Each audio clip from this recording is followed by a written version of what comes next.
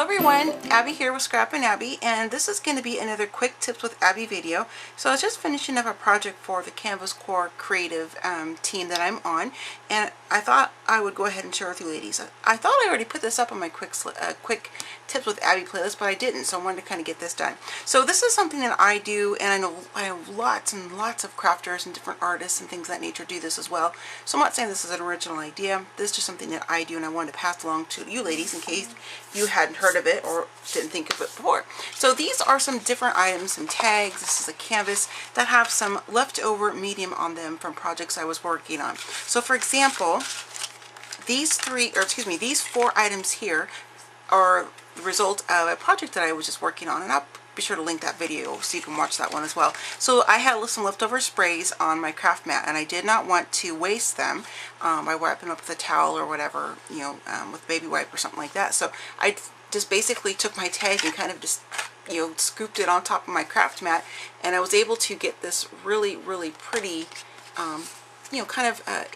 different glimmer mist and shimmer sprays on here. And I did go around and ink the edges with some of the Dusty Concord, and what this is going to do is this is going to provide some backgrounds for an upcoming project.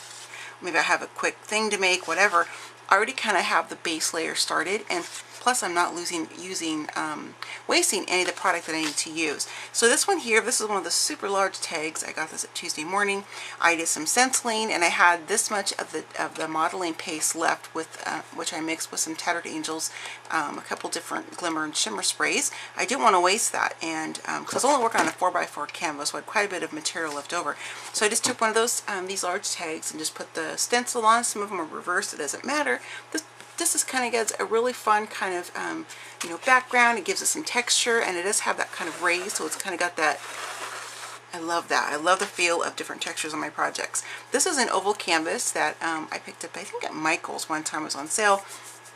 And again, I just put some more of the stenciling here and there, and now I have a base layer where I can add some different sprays or more modeling paste, some fabric, laces, trims, things of that nature, and then kind of build upon this to create the base of whatever project I want to make with this oval canvas. And then for this one here, this is one of the Tim Holtz stencils. It's the burlap, I believe it is, and I had some of this mixture from a prior project a couple months ago, and I had quite a bit more of these kind of samples to share with you, but I've used them in different projects, so I really kind of need to get my stash back stocked up again.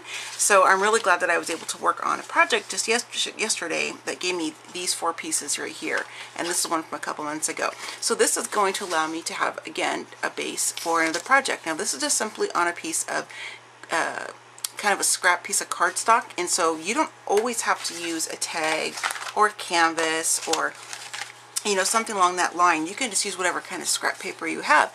I can cut this down and make these into individual ATC cards. I can cut tags out of them. I can even run this through my die cut, my Vagabond machine if I wanted to, because I use the steel edge dies in there, so it'll go through this modeling paste without any trouble. I've done it before, and just kind of have some background. So I just want to share this with you ladies really quickly, just in case you have not heard of, or if you came across the idea of doing that. But I also want to show you, this is another thing that I do with some of my different sprays and things that I have left over. I have in this pearl basket here.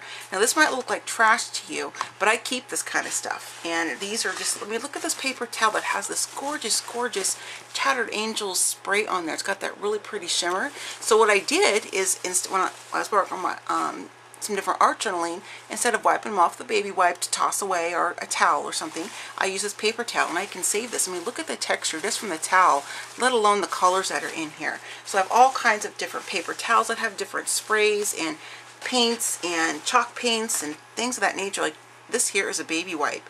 This is so cool looking, not because it's just purple, but it's kind of got a cool pattern, so I can cut this into strips, tear it into strips, and kind of make my own trim, like some fiber material, lay it on a canvas and put some, different, put like a, using Mod Podge or something like that over top of it, or even some crazy medium. That'd be really cool. And then this one here is actually a sample from when I was doing my, back in October, I was doing my trigeminal neuralgia Awareness Week projects, and so this is a combination of some different sprays I was using, either for that or for my daughter's room. I can't remember which one. I think it was my daughter's room for this particular project, but I wanted to keep these because I can cut these little circles out, or make them to little mini tag size shape or something like that. I just don't want to throw these away, and I wrote on these because when I was doing the video I was showing you what the colors look like once they're sprayed, because sometimes they don't always look like the color they are in the bottle. So I just want to share that little quick tip with you ladies, just to, you can keep these things for your art journaling, you can use it for background for all different kinds of upcoming projects, and it also helps you kind of have the base layer started for some future projects, and you can kind of really get going and not have to wait for the modeling paste to dry overnight or something like that. So I hope you enjoyed this, and I will be back with some more quick tips. I have some more ideas I'm working on, and comment below if you also do this, because I'd love to know what kind of projects or different ways that you use kind of your leftover sprays and modeling paste from different projects you're working on. So I will see you ladies next time. Happy scrapping, happy planning, and happy crafting, and I'll see you in my next video. Bye!